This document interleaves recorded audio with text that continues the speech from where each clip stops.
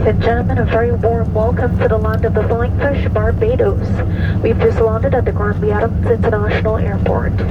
For your continued safety, you're kindly asked to remain seated with your seatbelt securely fastened until the aircraft comes to a complete stop and the fasten seatbelt sign has been switched off. Before leaving the aircraft, please ensure to check the overhead compartments on the seat in front of you and the seat pockets for any items you may have stowed there.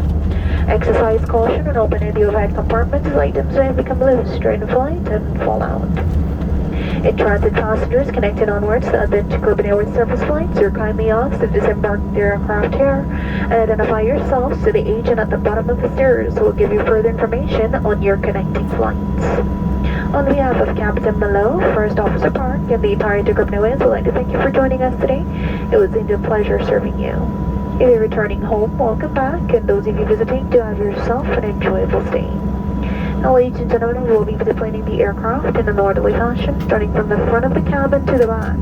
You are asked to remain seated, allowing passengers in front of you to deplane first, and then, of course, yourself. Your continued compliance is appreciated. Do enjoy the remainder of your day, and once again, thank you for flying into Caribbean Airways.